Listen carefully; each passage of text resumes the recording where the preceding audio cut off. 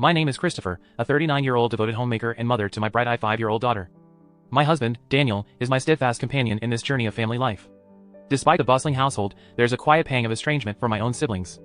I find myself nestled between an older brother and a younger one, but the bonds between us have grown faint over the years. As a child, the rift was palpable. My brothers, inseparable in their adventures, left me behind because of my gender. Even now, they share a camaraderie that seems impervious to time. Despite the disparity in age, they remain close, even choosing to live together in adulthood.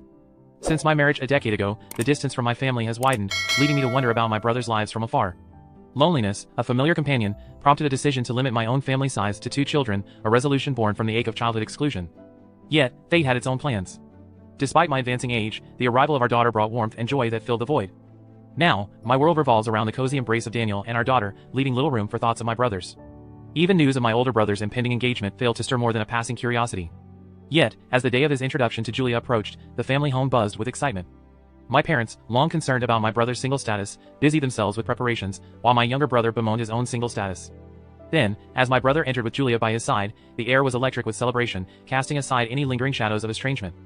I observed the scene with a detached air, as if it were unfolding in a distant land with no connection to my reality.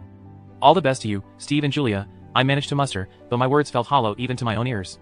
As I mechanically prepared the coffee, Julia ventured into the kitchen offering her assistance. I declined politely, insisting she enjoy the gathering as her guest. Yet, Julia's demeanor hinted at something more sinister, a smirk playing at the corners of her lips as she remarked on the passage of time. "Time is cruel, isn't it? You, who were once so small, are now the lady of the house," she taunted, leaving me at a loss for words. I could only nod in response, masking my discomfort. Returning to the living room, Julia left me to contemplate her cryptic words. Despite her apparent dislike, I resolved not to let her affect me. However, the unease lingered like a shadow casting down on the future of my relationship with my brother and his new wife. A month later, my mother's invitation to the family reunion prompted a visit home. Joined by Daniel and our daughter, we entered my childhood home, greeted by familiar faces. As my family embraced Daniel and our daughter, I couldn't help but feel a sense of relief at the genuine warmth exchanged. As I busied myself with coffee refills in the kitchen, Julia once again appeared at my side, her presence sending a shiver down my spine. "Christopher," she began, her tone laden with unspoken implications, "I don't want to see your face at our family gatherings. As a wife, you should be attending your husband's family events," Julia spat out, her words dripping with disdain. I felt a surge of indignation but held my ground. "Don't worry, I hardly have anything to do with this house. Even today, I was only called over by my mother." "Then please don't come over, even if my mother-in-law calls you," she retorted sharply. I couldn't fathom why Julia harbored such animosity towards me, but I couldn't summon the energy to care about the woman who assumed to be my brother's wife. They say the opposite of love is indifference, and that was exactly how I felt, indifferent. Throughout my life, I had been treated like an unwanted presence by my own brothers, leaving my heart weary. Meeting Daniel and starting a family brought a glimmer of happiness, but Julia seemed oblivious to my detached feelings. "If you hate me, please don't talk to me," I countered, meeting Julia's glare before she stormed back to the living room. Since my brother's marriage, my mother had been urging me to attend family gatherings more frequently in an attempt to mend fences, but after the incident with Julia, I made a conscious decision to stay away. As long as she did not make my brother unhappy, her treatment of me seemed inconsequential. My brother's late-in-life marriage had been a cause for celebration, and I didn't want to dampen his joy. We didn't interact often, and I convinced myself that enduring occasional meetings was tolerable. I confided in Daniel about my decision. "Do you really want to become family with someone who hurts you?" he questioned, his support unwavering. "It's okay. I wasn't close with my brother, but I still want him to be happy. As a sibling, if it ends up with just me bearing it, then it's okay." Daniel's words brought a sense of validation, yet I couldn't shake the bitterness. However, my reverie was interrupted by a call from an unfamiliar number. It was Julia. "Oh, Christopher, how have you been?" she greeted, her tone falsely cheerful. "When I said I wanted to be friends with you, he immediately gave me your number." Julia's voice cut through the silence, catching me off guard. I tried to maintain composure, masking the unease bubbling within me. "Is that so?" I replied, feigning indifference. "Do you keep in touch with Steve?" she inquired, her tone laced with accusation. I hesitated, my nerves frying at her probing questions. "No, I'm not," I stammered. "Are you lying?" she pressed, her voice sharp with irritation. "Even if I badmouth you, no one believes me. How annoying are you?" Confusion clouded my thoughts as I struggled to comprehend her hostility. "Did I do something to you, Julia? It's the worst to not realize it. Anyway, you're married, so stay out of this, and don't say I said this. If you do, I'll send some scary people I know to your house," she threatened, her words sending a chill down my spine. I ended the call abruptly, my hands trembling with fear. Unsure of my next move, I debated whether to intervene in my brother's impending marriage or seek guidance from my parents. I grappled with my options, a comforting hand rested on my shoulder, jolting me from my thoughts. Startled, I turned to find Daniel's concerned gaze fixed upon me. "You look as pale as a ghost," he remarked, his worry evident. His words brought a stark realization of the fear coursing through me, chilling me to the bone. I recounted the unsettling conversation to Daniel, his anger mounting with each word. "What the hell is that for? Just block the number and let's report this to your parents or brother immediately." There's no way he can be happy marrying that person, Daniel insisted, his protective instincts flaring. I hesitated, torn between intervening and maintaining distance. But maybe she's a good person in front of my brother. I just need to stay out of it, I argued weakly. Do you think that's the end of it? That woman threatened you, didn't she? She's not a decent person. If your brother knew what she did to you, I'm sure. Daniel's words trailed off, leaving me seething with anger. I understand though, why must I be the one to intervene? I've kept my distance from my brothers for so long. If our small family unit remains intact, isn't that enough? Is it not acceptable? I confessed, my typically maintained shattered as memories of childhood exclusion flooded my mind. The pain of being sidelined by my brothers, as if I were invisible, ignited a long-buried anger, yet I knew Daniel wasn't the target for my frustration. Suddenly realizing this, I turned to him and offered an apology. I'm sorry, you've done nothing wrong, I responded. Daniel enveloped me in a tight embrace. You've been holding back a lot, haven't you? I'm on your side, Christopher. You can bank your feelings to me, but I believe you should talk with your brothers. His words brought a sense of relief, and I resolved to address the lingering issues with my siblings. Despite feeling slightly more at ease, I knew I needed to confront the past. I decided to reach out to my brothers and arrange a private conversation among the three of us. However, the planned call never materialized. Instead, I received a distressing phone call from my mother. My brothers, while on a trip to Maryland, had been involved in a serious accident on their way back. I rushed to the hospital in a state of panic.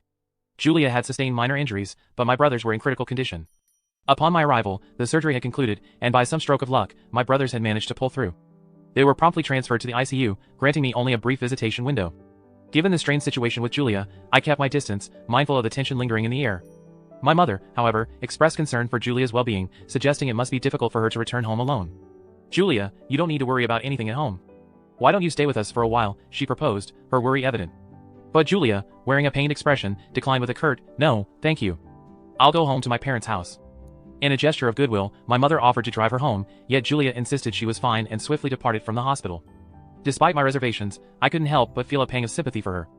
At least she was safe at her parents' home, away from the chaos of the hospital. In the following days, Julia never returned to the hospital, while my parents and I made frequent visits. Initially, my brothers were confined to their beds, writhing in pain, but gradually, signs of improvement emerged. Meanwhile, my brother's impending marriage to Julia remained in limbo, with the wedding arrangements pending and Julia unreachable. My mother took it upon herself to liaise with the venue, explaining the circumstances. Unable to broach the topic of reconciliation with my brothers or delve into the contents of Julia's ominous phone call, I continued my visits to the hospital. Though they were immobile, their gentle smiles upon seeing me brought a sense of solace. About 2 months into their hospitalization, I approached the room alone, only to overhear my mother and brothers engaged in conversation. If something were to happen to me, I've made sure the insurance money would go to Christopher. If Catherine is happy, then I'm content, my older brother remarked, his words laced with sincerity. A pang of guilt washed over me as I listened, but their discussion shifted to Julia.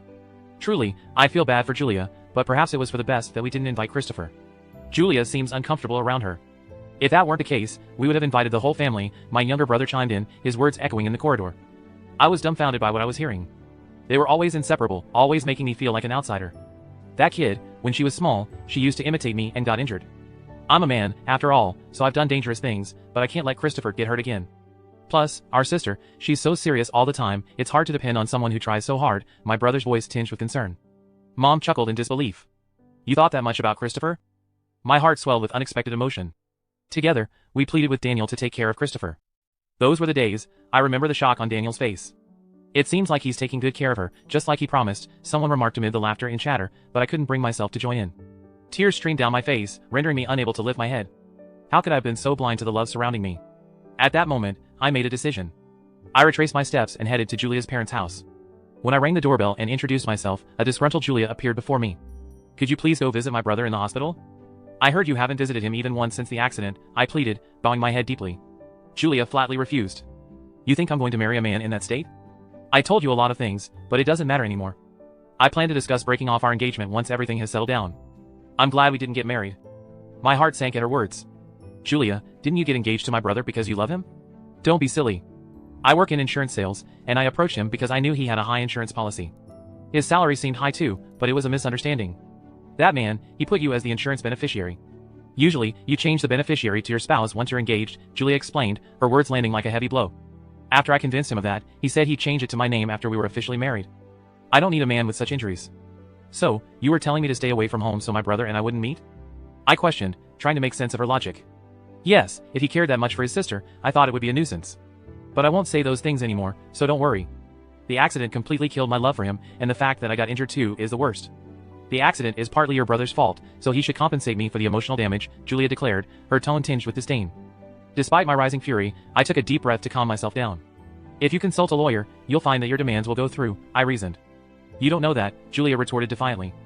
I do, but more importantly, about my smartphone, I began, but Julia cut me off dismissively. I don't care about your smartphone, she interrupted. I see. It's about her, to take notes. So, my phone automatically records all phone calls, like the threats you made. What would happen if I reported it to the police, I wonder, I challenged, a hint of satisfaction in my voice. At my words, Julia's demeanor shifted from defiance to anger. Yo, what the hell are you thinking? Recording is wiretapping. What kind of crime is that? You're recording people's conversations without permission. That must be some crime, she exclaimed, her voice rising in agitation. Just then, Julia's mother arrived at the front door and joined the confrontation. How dare you record her conversation without permission? Hand over your phone now, she demanded, her tone fierce as Julia glared at me with disgust. I maintained a calm smile. I'm glad to hear you wish to break off the engagement. I wouldn't want a person with such a bad character around my brother, I replied evenly. With those words, I departed Julia's family home, feeling as though I was fleeing from the situation. Immediately after, I made my way to the hospital room where my elder brother and younger brother were recuperating.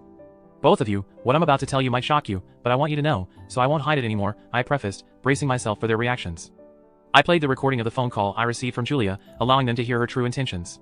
Both my elder and younger brothers were taken aback, their eyes widening in disbelief. Furthermore, I revealed that I had discreetly recorded our earlier conversation when I met Julia, ensuring they heard her manipulative words firsthand. My elder brother's fury was palpable, and despite his healing leg, he attempted to rise from his bed in agitation. I barely managed to restrain him.